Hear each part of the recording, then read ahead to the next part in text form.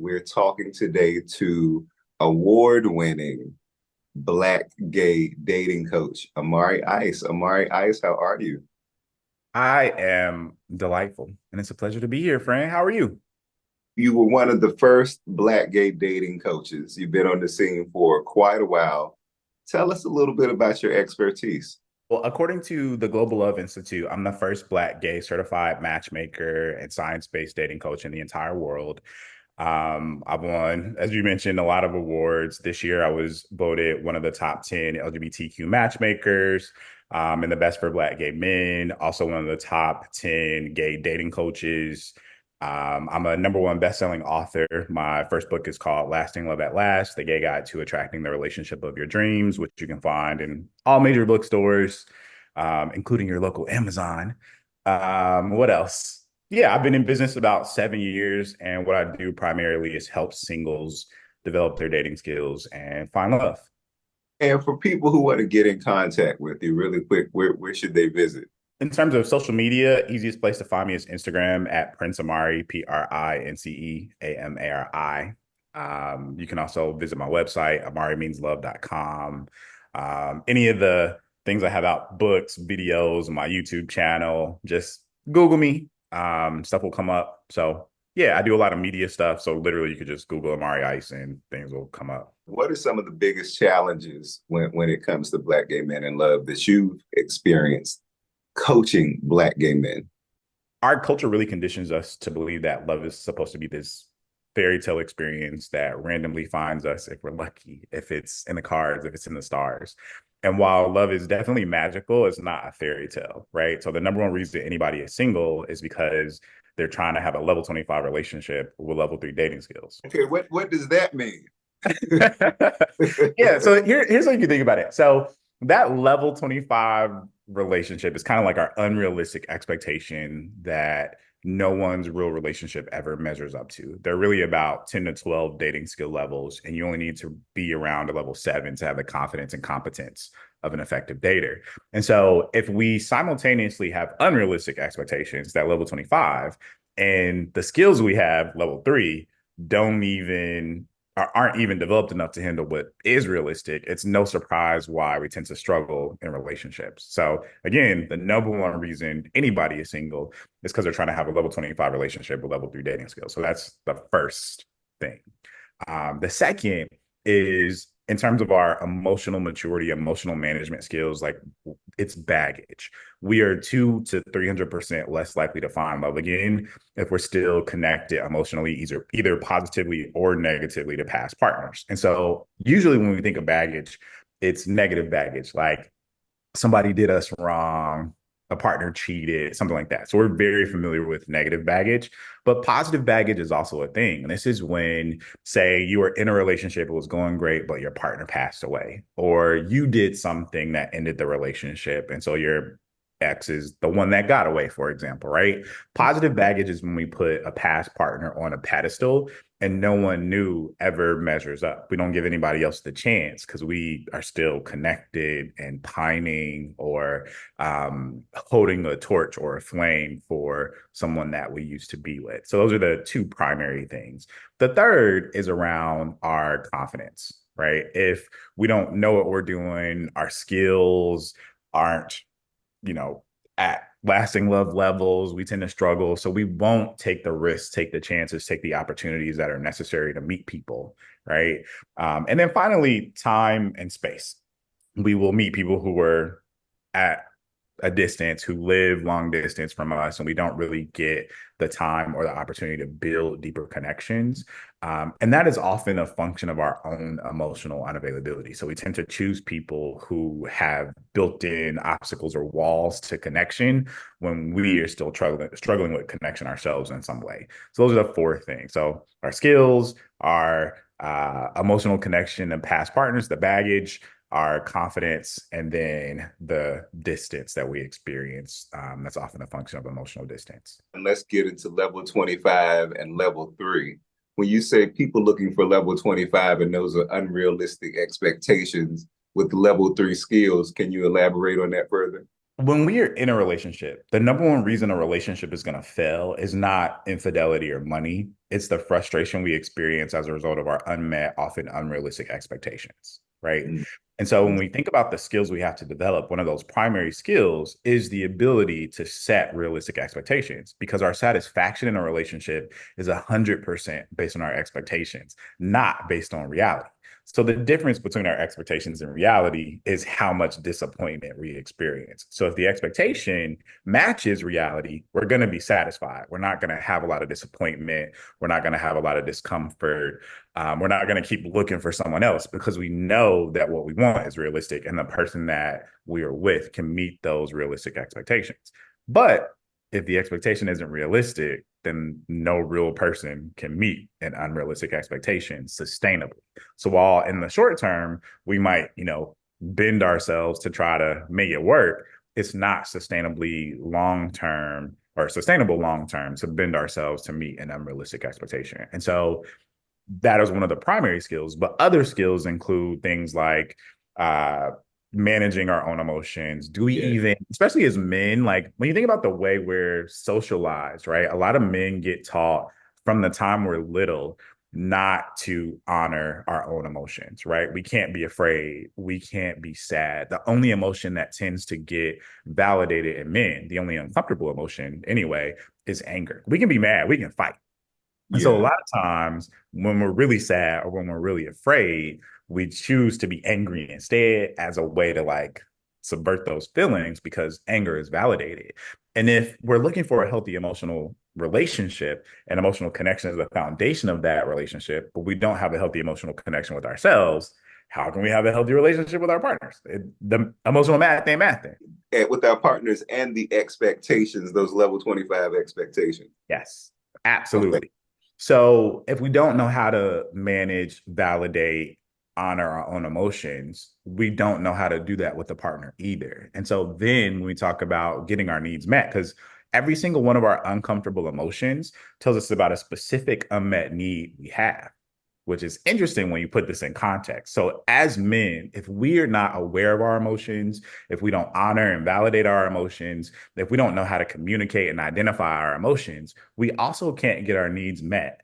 And then we end up in this cycle of frustration because of our unmet needs, and we're disappointed, we're depressed, all those different things that exist as a result of avoiding our own emotions, whether that's through conditioning or otherwise, but often mostly through conditioning as men living in a Western society.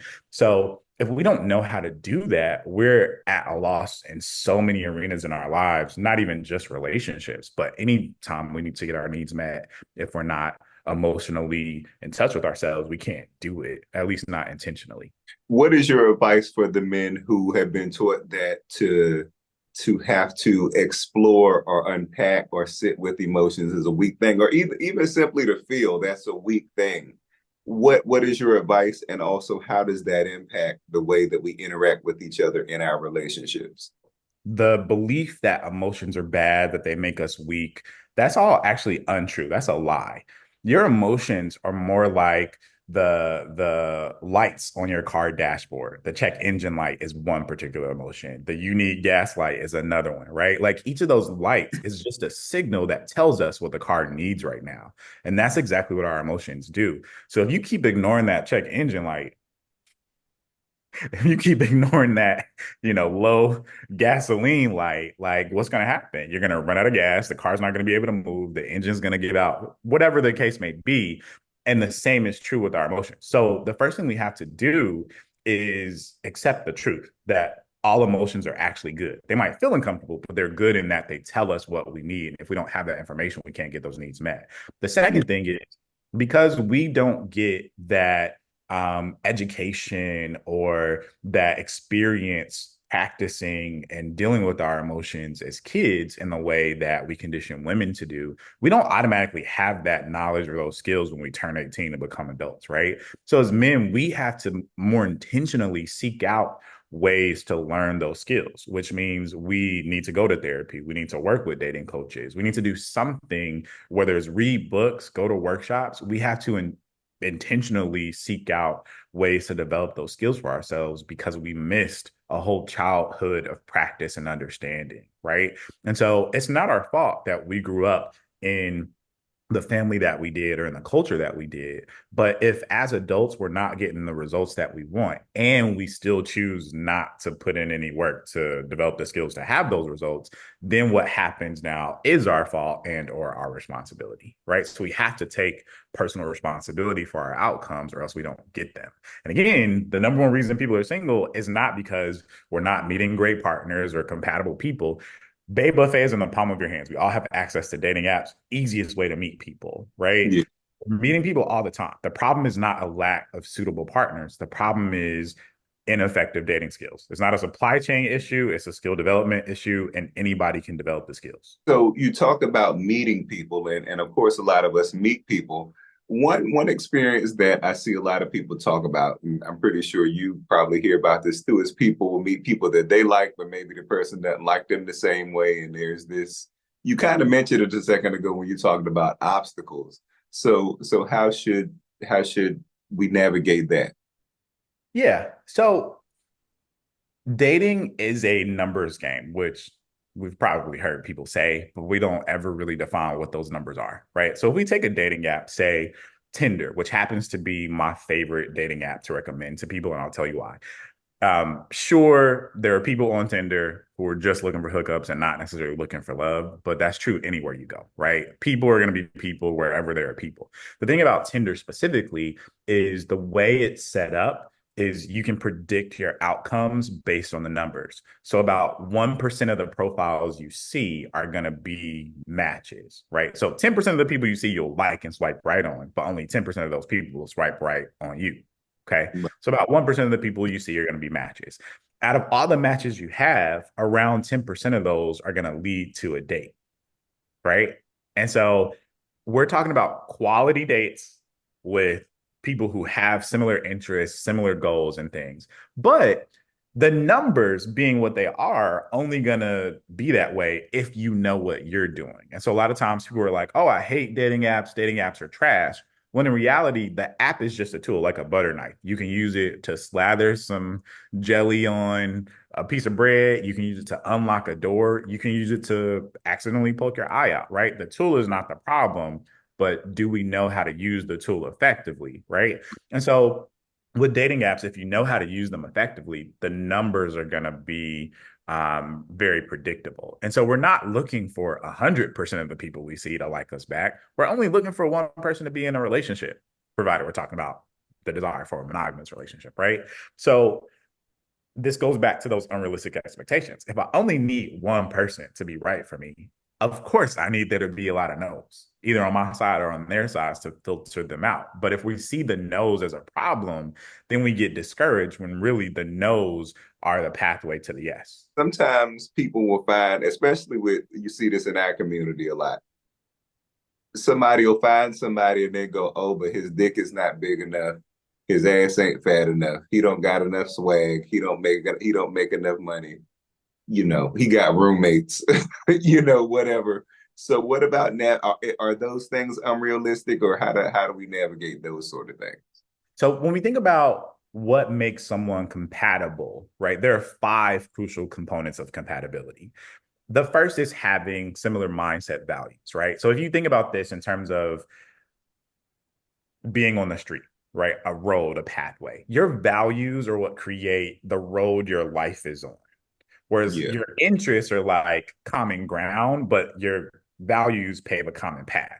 So if a relationship is just based on similar interests and the interests die, so too does the relationship. But if the relationship is based on common values, it doesn't matter what the interests are, you'll still be on the same path together, even though your interests change over time, right? So the first thing is having similar mindset values. And by the way, this is an acronym. MATCH is the acronym. So first is mindset values. Then A is attachment styles.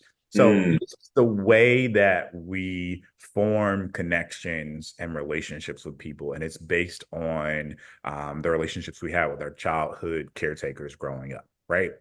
And so if our attachment styles aren't compatible, or if we aren't aware of what our attachment styles are, it can create a lot of stress in our relationships that we're blaming on one reason or another, but it's really just the attachment styles themselves are creating stress and anxiety for the people involved in the relationship. So you got to understand what the attachment style is.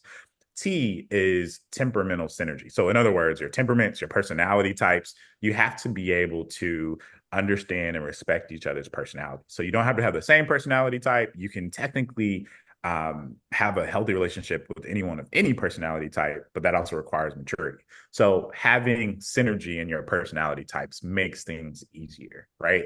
C is the capacity to meet your realistic expectations, which we've talked about before. And this is really Yes. the piece that focuses on your question, but I'll tell you what H is first so that I don't forget that later because I probably would. H is hazard free, which means no deal breakers. Okay. So going back to the capacity to meet realistic expectations, sure, there are certain things that we all want, but if we don't understand what we need, sometimes we see a preference as just a preference when in practice we're using it as a barrier to connection.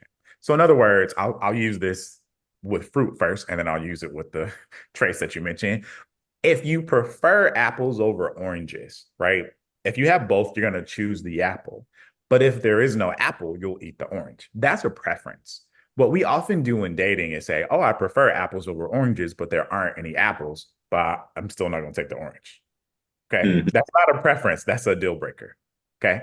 So when we're talking about these qualities like dig size, like money, like all those different things, we have to ask ourselves, why do I want this thing? Why is this important to me? And there is no problem with having a preference.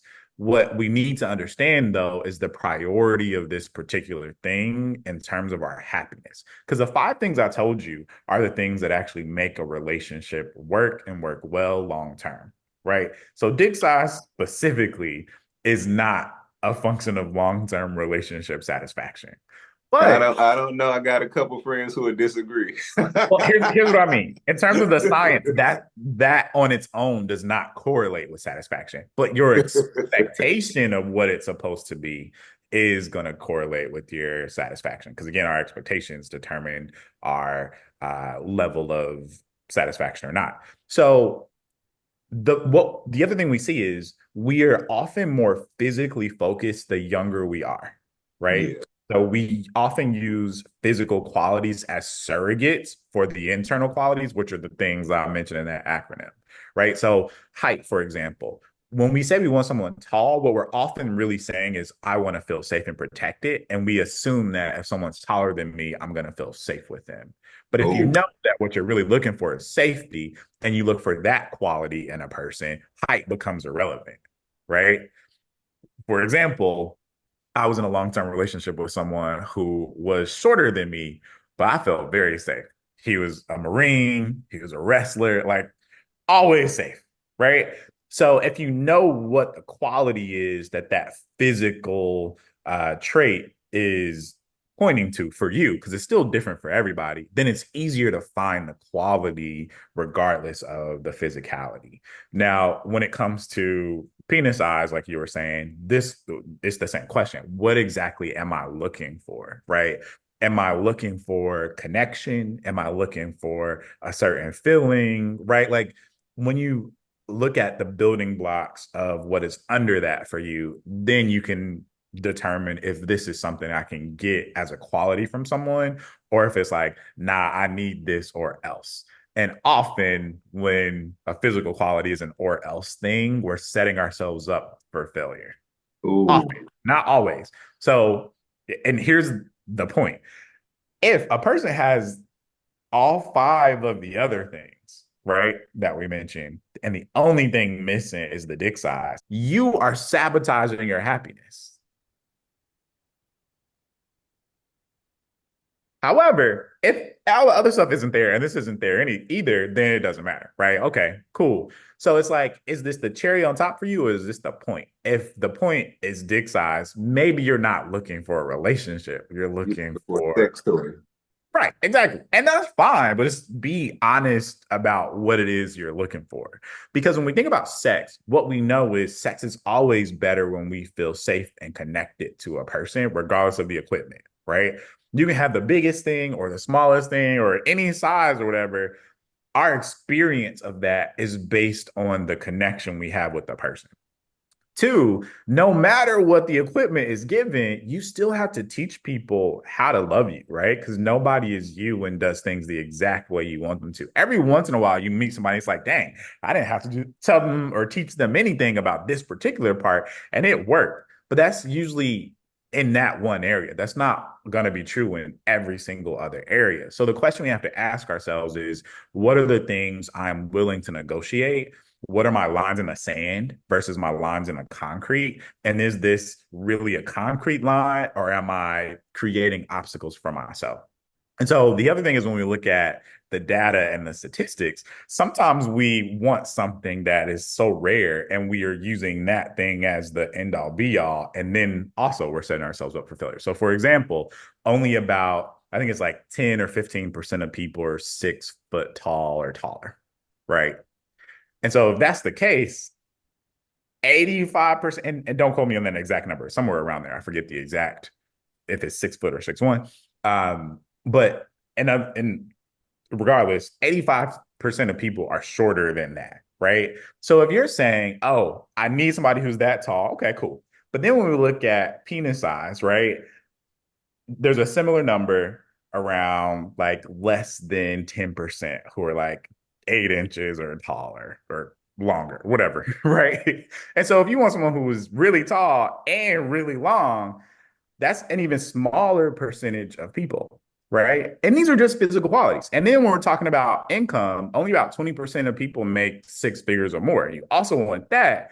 So now we're looking at maybe 2%, 1% of people that have all three of those physical material qualities. And we haven't even looked at the stuff that's actually required for a healthy, sustainable relationship yet. Yeah. So we have to ask ourselves, what is it that I want? Is it the status symbol so I can show everybody else, hey, look at the thing? Or is it our happiness and satisfaction and long-term companionship and connection that we're after? Because the strategy for long-term dating is a lot different than the strategy for short-term dating and hookups. And sometimes we don't know how to switch, because the qualities and things we're looking for in a short-term hookup connection are often going to be more physical, whereas the qualities for a longer-term connection are often going to be more internal. And not that the external things aren't important, but they are not the priority necessarily. Of course, you have to be attracted to someone. You have Yeah. to find, you know what I mean? Like, that is a given. I'm not saying you shouldn't be attracted to somebody. Do you think that sex is an important part of relationships? For me personally, yes. However, it's going to be dependent on the people in the relationship, right? Because your sex drive determines how often you are interested in sex, and your partner's sex drive together, then you have to have that negotiation. But if both of you have a lower sex drive, then sex is perhaps not as high of a priority in the relationship, right? If But I you're high, mean, you're not going to be just sitting up together eating Chinese food all the time. So I mean, when well, you it depends. do it, is sexual compatibility important? It is important, but the level of importance is still unique to the relationship. Okay. Yeah. And that's why I say you have to be attracted to your partner. But when we're talking about sexual compatibility, we're talking about lots of different things. Sometimes we're talking about frequency. We're talking about, our drives compatible. We're talking about what our positions are, right? And all those things are different for everybody. So there's this bigger conversation around sexual compatibility that we're not often having, Yeah. but we are using these smaller conversational pieces as surrogates for these bigger conversations that we're not really doing a good job of translating.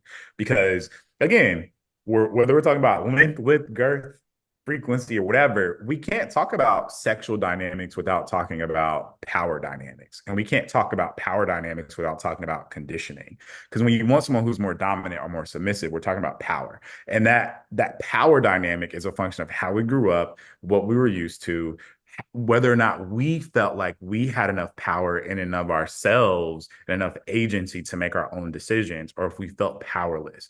Because often our need or desire for power and things when it comes to sexual interactions is based on what we felt like we had or didn't have. And so we are playing out these larger, I'll call it relationship mythologies in our individual sexual situation. So it's like so much more happening when we're talking about sexual compatibility, but usually we just talk about it in terms of, are you a top, bottom, reverse? Do you like it here, there, in a box with a fox with green eggs and ham? And it's not that simple. And so I actually have a whole workshop called Sex Expectations that goes into Okay, all those okay, different that's things. see that But you don't want to think too much about sex though. Like if you with somebody and they like to get choked, you don't want to sit down and go, is there something you want to talk about? Like you just want to choke them. sure. And I'm not saying that there's a problem if you want to get choked and there's consent. Have all the choking you want to have. So the specific acts are not the problem. But when we're talking about sexual compatibility in a long-term relationship, that's when the rest of that context is important, right? Yeah. And so sometimes we're minimizing this big conversation to how long is your dick? And like that, that is kind of moot when you really see whatever else is happening and what's really going on. Because like nobody chooses their height, nobody chooses, their dick size. I mean, I guess you could technically have surgeries if you want to, but you know what I mean? Like nobody is choosing these things. And so for something that someone doesn't have a choice over to be such a big deal, that is where it requires conversation, particularly when it is more important to you than the things that actually determine your longer term satisfaction. So that's when I like to be like, okay, well, let's explore this.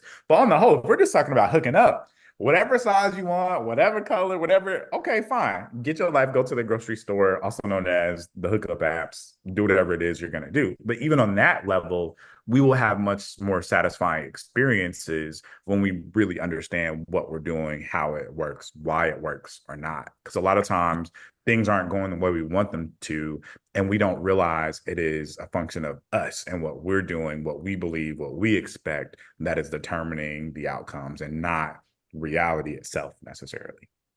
Though the environment can also play into that. So I'm not saying it doesn't have any impact, but a lot of times we're not self-aware enough to recognize how much we are impacting our outcomes and results in our relationships. So as a dating coach, how have you seen hookup culture impact our capacity to really date and court each other and get into relationships?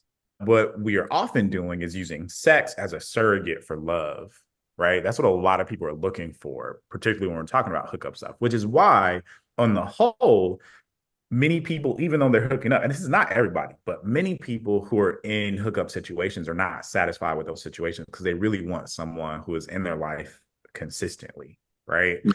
Um, but if you don't have the space to feel safe to accomplish that goal, we will often do what we can do with what we got, which is meeting people, cruising in parks, cruising on the apps, whatever, because we don't believe what we want is actually possible. So we settle for something else. Right.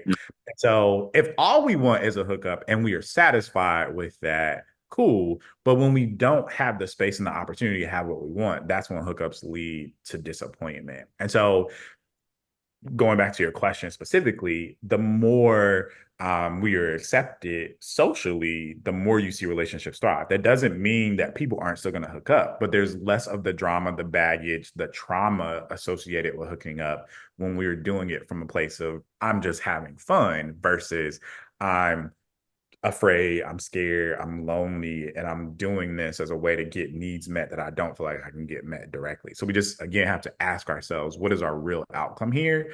And not get caught up in the fact that just because I'm hooking up meant that this is what I really wanted. Sometimes it feels like my only option. So we got to look at the nuances of that conversation because it's not just about the hookups for everybody. Well, what about in bigger cities like New York, DC, or LA or Atlanta? you Mhm. know, where there are plenty of gorgeous men with fat butts and anything else that you want running around. There's really no incentive to get into a relationship because your eyes are always wandering. So what about that? Whereas in some smaller towns where there are less options, people are able to recognize when they have something good and hold Yeah. on. And what you're getting into is the paradox of choice.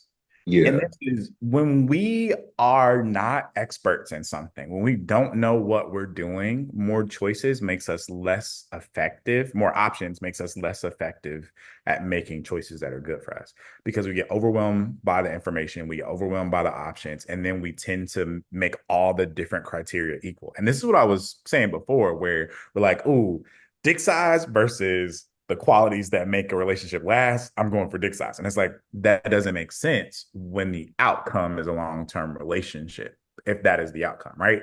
But if I have too many options and I don't know what I'm doing, if I don't have the skills to date effectively in the first place, more options does not make it easier for me to find love. It makes it more difficult because the options kind of make me not make a choice in the first place, right? But if I do know what I'm doing, if I have a level of expertise in the environment or the arena that I'm navigating, if I know how relationships work and I understand all of that, more options doesn't complicate the process. It makes me more efficient and able to find what I'm looking for faster. And so you got to ask yourself, do you want a relationship or not? Let's start there. If not, then what we're talking about is not even applying to you, right? Because you're just looking for a hookup or nothing at all. Cool, easy. We don't need a class on how to get better hookups. But if you're looking for a relationship and you are struggling in these big cities, that is one of the primary indicators that it's your dating skills that's the problem. Because for most people, it is not, there's not enough options. It's, I don't know how to deal with the options that I have in the first place. And that is a function of skills. So that's why I was like, it's a nuanced conversation. We have to look at those distinctions. Because if you just want to hook up and that's it, people are fucking. Yeah. Like, it's happening. But the problem is when that's not all you want, you want something more and you don't know how to get it. That's where I come in. What is your advice or what are your words of encouragement to Black gay men who really want love but can't seem to find it or are working on it or just frustrated around it? Yeah. So this analogy around dating skills is not just an analogy, it's legit, right? And you can discover your estimated dating skill level by going to datingskillquiz.com, and it'll tell you what the different domains of dating skills are and what level you're currently at. So then you know where you have to go, right? Because if you know where the gaps are, you can then fill the gaps. The problem is a lot of us don't even know what the real problem is, and then we feel trapped in our ignorance, if you will, right? And so my first piece of advice is to find out where your skills currently are, because if your skills are already adequate, then we know that, oh, it's not a skills issue. But for most people, that is exactly what it is, right? And so because that's true for most people, that is the first step. Figure out where your skills are and then what you need to do as a next step to develop those skills. Because remember, I'm both a dating coach and a matchmaker. So I can either help you build the skills or introduce you to people who are great for you. But when we're talking about meeting someone compatible, it is actually pointless if you don't have the skills to create and sustain a relationship with someone compatible. Because I introduced you to people and they're great people and they have all the things you want, including the dick size, right? Like, everything you want. And that is not what determines if the relationship is going to work. Your skills determine if that relationship is going to work. So we just got to focus on that. And so I will never not harp on that as the priority thing we need to do. Understand where our dating skills are so that we can then close those gaps. Once the gap is closed, we now know what we are doing. And then dating is easy. Love is easy when you know what to do. It's literally like riding a bike or any other skill. Once you've built the skill, you know what to do, you can handle it. But if the skill isn't developed enough, it's going to feel hard. It's going to feel like a struggle. You're going to want to give up. You're going to want to quit just because your skills haven't developed to the level of competence yet. Yeah. That's it. So take the dating skills quiz at datingskillquiz.com. And then take the next steps if a relationship is actually something you want. Again, if it's not, cool, no big deal. You probably aren't even watching this to the end if you aren't interested in an actual healthy, happy, long-term relationship. But if you are, like, that is of critical importance. Nothing else needs to be talked about. It is your skills. Focus on that first.